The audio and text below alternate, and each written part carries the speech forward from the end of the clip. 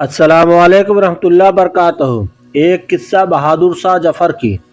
बहादुर शाह जफ़र की ज़िंदगी की आखिरी 4 सालों की जो उन्होंने रंगून में बिताए। हिंदुस्तान के आखिरी शहंशाह बहादुर शाह जफ़र को मैकेंसी बहरी जहाज़ में बिठा दिया गया। यह जहाज़ 17 अक्टूबर 1858 को रंगून पहुंच गया। शाही खानदान के 35 मर्द और औरत भी ताजदार हिंद के साथ थे। कैप्टन नरसन डेविस रंगून का इंचार्ज था। वह जहाज बंदरगाह पहुंचा। कैप्टन नरसन डेविस ने बादशाह और उसके साथियों को अपने साथ लिया और दुनिया की तीसरी सबसे बड़ी सल्तनत के आखिरी शहंशाह को साथ लेकर अपनी रिहाइश गाह पर गया। नरसन परेशान था। दरअसल बहादुर शाह जफ़र कैदी होने के बावजूद एक बादशाह था और नरसन का ज़मीर गवारा नहीं कर रहा था कि वह बीमार और बूढ़े बादशाह को जेल में फेंक दे। मगर रंगून में ऐसा कोई मकान नहीं था जहां बहादुर शाह जफ़र को रखा जाता। वह रंगून में पहला गिरफ्तार बादशाह था। नरसन डेविस ने चंद लम्हे सोचा और मसले का दिलचस्प हल निकाल लिया। नरसन ने अपने घर का गैराज खाली करवा लिया और ताजदार हिंद को अपने गैराज में कैद करवा लिया। बहादुर शाह जफ़र 17 अक्टूबर 1858 को इस गैराज में पहुंचे और 17 नवंबर 1862 तक 4 साल वहां रहे। बहादुर शाह जफ़र ने मशहूर जहान गजल लगता नहीं या दिल मेरा उजले दियार में किसकी बनी है आलमे पायदार में, और कितना बदनसीब है जफ़र दफन के लिए 2 गज जमीन भी ना मिला कोई यार में। यह गजल बहादुर शाह जफ़र ने इसी गैराज में लिखी है कि आज 7 नवंबर का दिन था और सन थी 1862। बदनसीब बादशाह के खादिमा ने शदीद परेशानी की हालात में डेविस के दरवाजे पर दस्तक दी। अंदर से सिपाही ने ऊंची आवाज में इस गुस्ताखी की वजह पूछी। खादिमा ने टूटी फूटी जबान में जवाब दिया कि जिले सुबहानी का सांस उखड़ रहा है। सिपाही ने जवाब दिया कि वह शायद कुत्ते को कंघी कर रहे हैं, मैं उन्हें डिस्टर्ब नहीं कर सकता। खादिमा ने ऊंची आवाज में रोना शुरू कर दिया। सिपाही उसे चुप कराने लगा मगर तब तक उसकी आवाज डेविस तक पहुंच गई थी। वह गुस्से में बाहर निकला। खादिमा ने नरसन डेविस को देखा तो उसके पांव में लिपट गई। वह मरते हुए बादशाह के लिए गैराज की खिड़की खुलवाना चाहती थी। बादशाह मौत से पहले आजाद और खुली हवा का एक घूंट भरना चाहता था। नरसन ने अपना पिस्टल उठाया, गार्ड को साथ लिया और गैराज में दाखिल हो गया। बादशाह की आखिरी आरामगाह के अंदर बदबू और काफी अंधेरा था। सिपाही लैंप लेकर बादशाह के किनारे खड़ा हो गया। नरसन आगे बढ़ा। बादशाह का कंबल आधा बिस्तर पर था और आधा जमीन पर। उसका नंगा सर तकिए पर था लेकिन गर्दन ढीली हुई थी। आंखें सुर्ख होकर बाहर निकल रहे थे। गर्दन की रगें फूली हुई थी और सख्त होंठों पर मक्खियां भिना रही थी। नरसन ने जिंदगी में हजारों चेहरे देखे थे लेकिन ऐसे चेहरे पर इतनी बेचारगी और इतनी गरीबुल वतनी नहीं देखी थी। वह किसी बादशाह का चेहरा नहीं था बल्कि दुनिया के सबसे बड़े भिखारी का चेहरा था। और इस चेहरे पर एक आजाद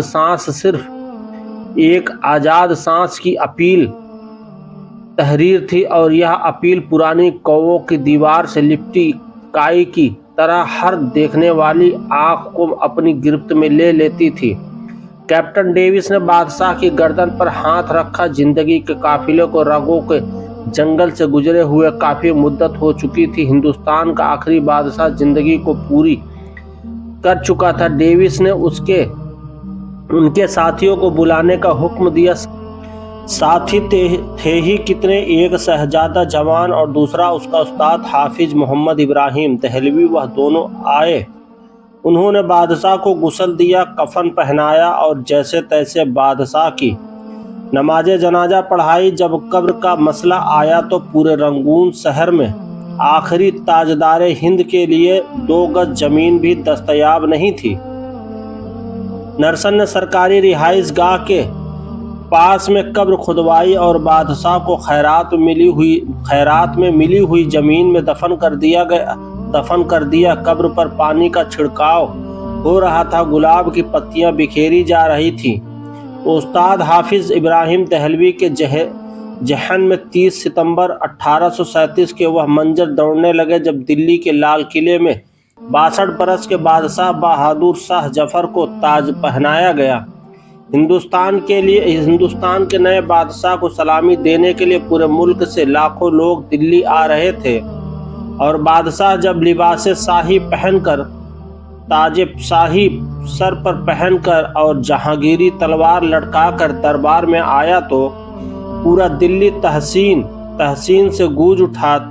नक्कारे बजाने लगे, खुली हवा में ताने उड़ने लगे, फौजी सालार तलवारें बजाने लगे, फिजाएं रक्स करने लगी। हाफिज मोहम्मद इब्राहिम दहलवी को याद था कि बहादुर शाह जफर के ताजपोशी का जश्न 7 दिन जारी रहा और इन 7 दिनों में दिल्ली के लोगों को शाही खजाने से खाना खिलाया गया। मगर 7 नवंबर 1862 की इस ठंडी और बेनूर सुबह को बादशाह की कब्र को एक खुश अहम कारी भी मौजूद नहीं था। उस्ताद हाफिज मोहम्मद इब्राहिम दहलवी के आंखों में आंसू आ गए। उन्होंने जूते उतारे, बादशाह की कब्र के पास खड़े हुए और कुरान की तिलावत शुरू कर दी। हाफिज इब्राहिम दहलवी के गले में से अफसोस के दरिया बहने लगे। यह कुरान मजीद का एजाज था या उस्ताद इब्राहिम दहलवी के गले का सोस? कैप्टन नरसन डेविस की आंखों में आंसू आ गए। उसने हाथ उठाया और इस गरीब की कब्र को सैल्यूट पेश कर दिया और इस आखिरी सैल्यूट के साथ ही सल्तनत का सूरज हमेशा के लिए डूब गया। अगर आप कभी रंगून जाएं तो आप कैटगन टाउनशिप की कच्ची गलियों और बदबूदार झुग्गियों में आज भी बहादुर शाह जफर के नस्ल के खानदान मिल जाएंगे।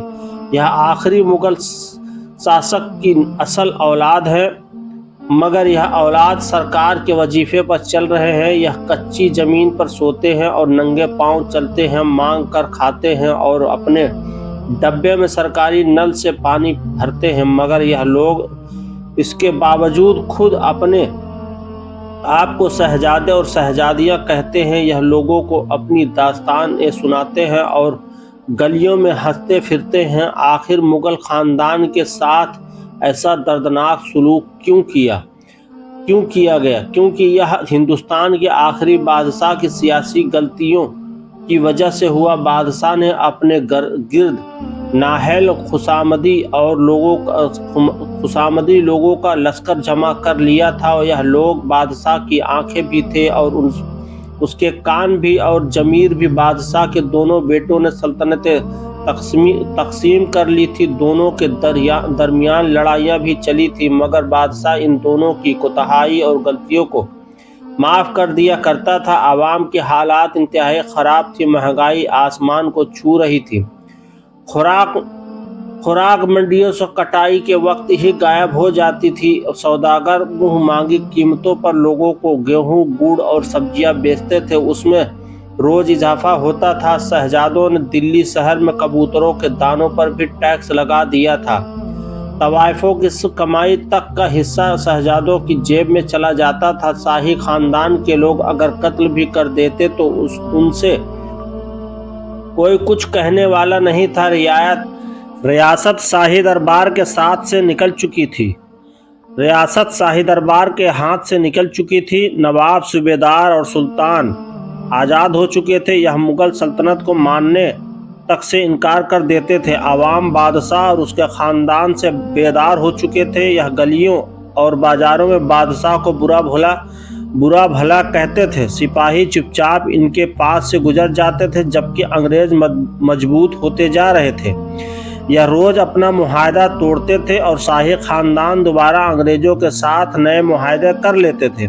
अंग्रेज एक एक करके बादशाह के सब वफादारों को कत्ल करते गए और फिर एक वक्त ऐसा आया कि आवाम कहने लगे कि हमारे लिए बादशाह जफर और अंग्रेज एक ही है, हमारे लिए कोई फ़र्क नहीं। बादशाह यानी बहादुर शाह जफर डबल माइंडेड थे।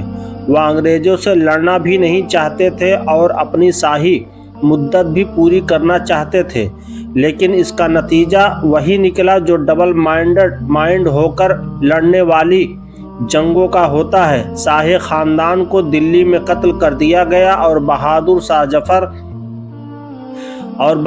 شاہ ظفر کو قید کر لیا گیا۔